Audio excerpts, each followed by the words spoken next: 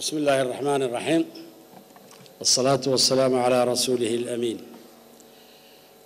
Jeunes Djiboutiennes, jeunes Djiboutiens, chers compatriotes, je suis heureux de me retrouver parmi vous pour célébrer la journée africaine de la jeunesse lancée il y a une décennie par l'Union africaine pour faire de la jeunesse du continent un pilier du développement. Cette journée, quoique symbolique, est une ouverture sur notre avenir puisque par son intermédiaire, l'Union africaine nous invite à nous projeter et à tracer une trajectoire pour le développement socio-économique de notre continent. Vous, les jeunes, constituez l'espoir des jours heureux, l'espoir des hommes accomplis, mais également l'espoir d'un pays qui prend à bras-le-corps les rênes de sa destinée. Votre engagement, votre volonté et votre détermination à vouloir être impliqué dans le développement de votre pays en est un exemple flagrant. Vos préoccupations et vos attentes sont fondées et légitimes. Vous ne voulez plus qu'on vous étiquette comme un problème pour le pays. Au contraire, vous voulez qu'on vous reconnaisse comme une solution pour relever les défis de notre avenir commun. Vous n'avez pas tort, chers compatriotes. Et aucun dirigeant politique, aucun responsable digne de ce nom ne saurait faire l'impasse sur votre disponibilité sans se discréditer. Je dirais même sans se condamner et condamner le pays tout entier. Vos formidables atouts, jeunes Djiboutiennes et jeunes Djiboutiens, c'est votre fougue, votre énergie.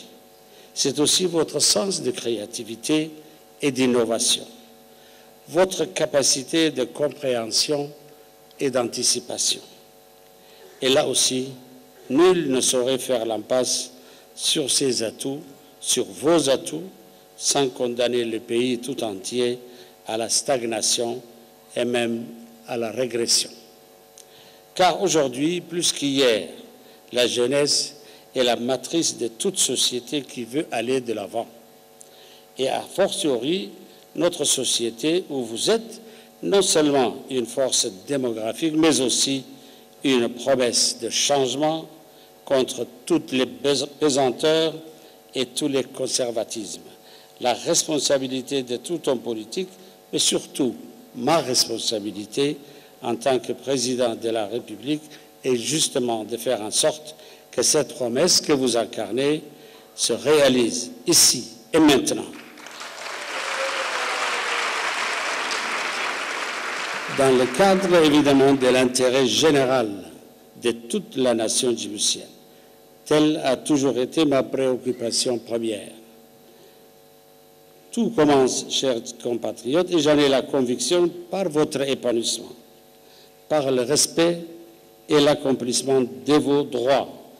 C'est le préalable non négligeable pour toute politique publique qui vise le développement durable d'une nation. Et c'est à l'aune de cette exigence primordiale qu'il faut apprécier et évaluer les nombreux investissements auxquels l'État a consenti depuis plus d'une décennie dans la santé, dans l'éducation, mais aussi dans les loisirs et la culture.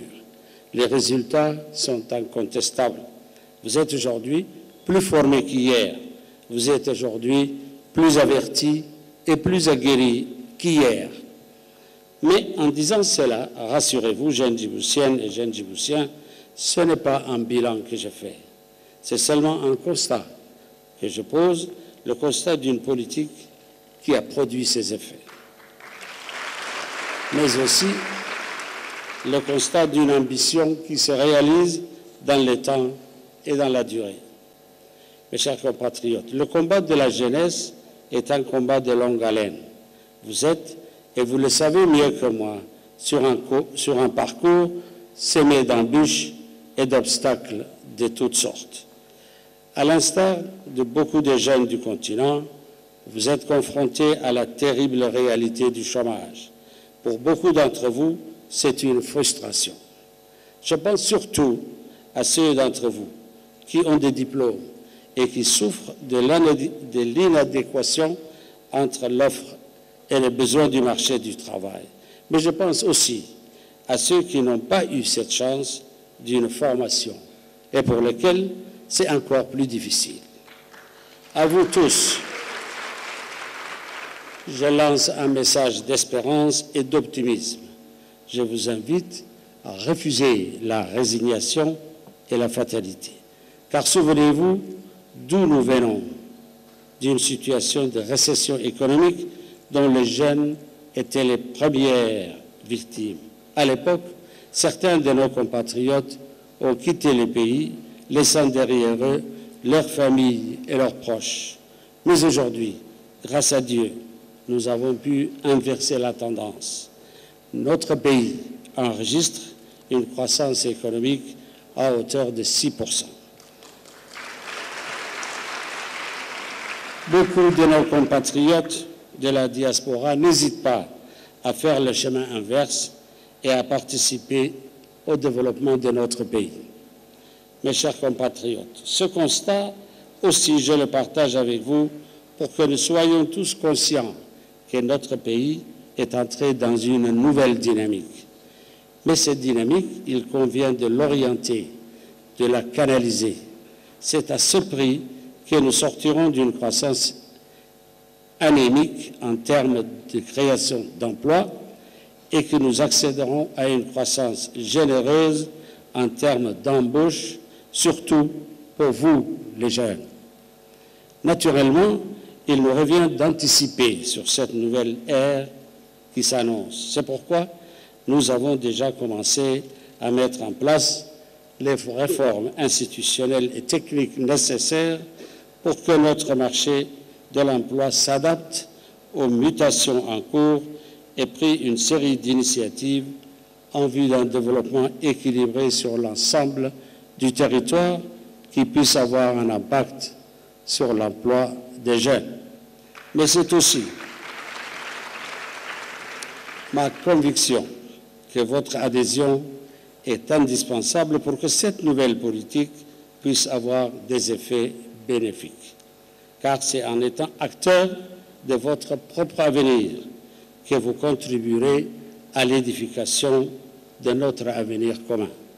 Jeunes Djiboutiennes et jeunes Djiboutiens, en ce temps de la mondialisation et de globalisation, où des forces d'acculturation et d'uniformisation sont à l'œuvre pour déstructurer et dissoudre l'identité nationale, vous avez la lourde responsabilité de défendre, de consolider et de préserver notre identité nationale. Cette identité pour laquelle nos aînés et nos ancêtres ont tant donné. Aimez votre pays, soyez solidaires. Ensemble, tout est possible. Vive la jeunesse, vive la République de Djibouti.